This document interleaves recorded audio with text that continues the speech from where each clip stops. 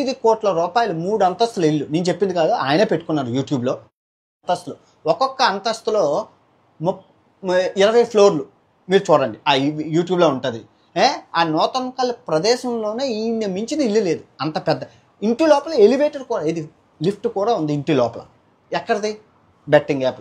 YouTube నుంచి అబ్బాయికి ఆదాయమే లేదు, ఎన్నో సంవత్సరాలు అయిపోయింది యూట్యూబ్ నుంచి. తర్వాత జాగ్వార్ కారు, మనోడికి స్పోర్ట్స్ జాగ్వార్ కారు ఎంత ఖరీదు? ఎక్కడి నుంచి? బెట్టింగ్ యాప్లు ప్రమోట్ చేయడం వల్ల. నార్మల్ కార్, కియా కార్ కూడా ఉంది. ఇవన్నీ మీరు చూసుకోవచ్చు, ఇవన్నీ ఇంటర్నెట్లో ఉన్నాయి, ఎక్కడికి పోలేదు. తర్వాత 4 బైకులు, ఏది 3 స్పోర్ట్స్ బైకులు. స్పోర్ట్స్ బైకులు అంటే 10,000 20,000 కాదు, లక్షలు, 30 లక్షలు 40 లక్షలు స్పోర్ట్స్ బైకులు. అంటే 2 నార్మల్ బైకులు.